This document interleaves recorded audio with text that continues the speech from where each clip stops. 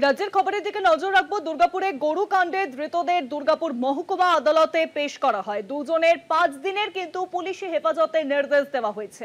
মারধর করা উচিত হয়নি দাবি দুর্গাপুর পশ্চিম বিধানসভার বিজেপি বিধায়ক লক্ষণ ঘুরুইয়ের।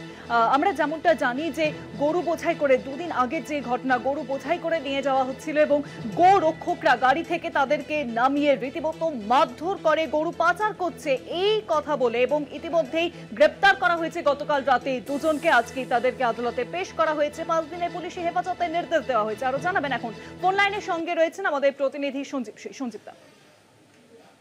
মূলত এই দীপক দাস এবং অনিশ ভট্টাচার্যকে আজকে দুর্গাপুর মহকুমা আদালতে তোলা হয়েছিল এবং বিচারক পুলিশ রিমান্ড চেয়েছিলেন। কারণ হচ্ছে বাকি এই যে ঘটনার সঙ্গে প্রচুর জন যুক্ত রয়েছে, প্রায় 20 জনের মতো অভিযুক্ত রয়েছে। তার মধ্যে পারিজাত ভট্টাচার্য ছিলেন মূল হোতা এই ঘটনার। তো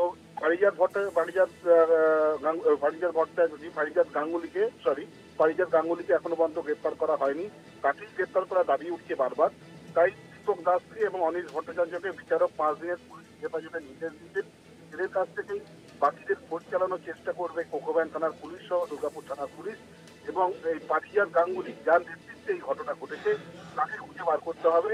এইটাই কিন্তু এখন মানে সবারই দাবি যে পারিজাত গঙ্গোপাধ্যায়কে আগে খুঁজে বার করতে হবে এবং এর সঙ্গে আরো যারা জড়িত রয়েছে তাদের সকলকে গ্রেপ্তার করতে হবে।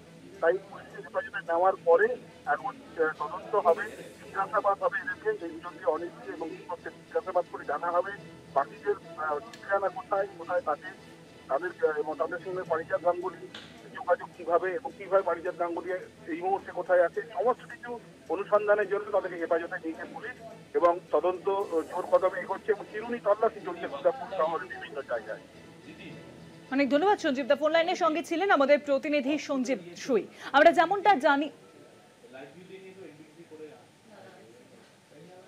যেমনটা জানি যে যেভাবে গরু পাচার করা হচ্ছে এই অভিযোগ তুলে যেভাবে গো রক্ষকরা গাড়ি থেকে নামিয়ে তাদেরকে মারধর করে এবং সেই ঘটনায় কিন্তু উত্তাল হয়ে ওঠে রাজ্য রাজনীতি।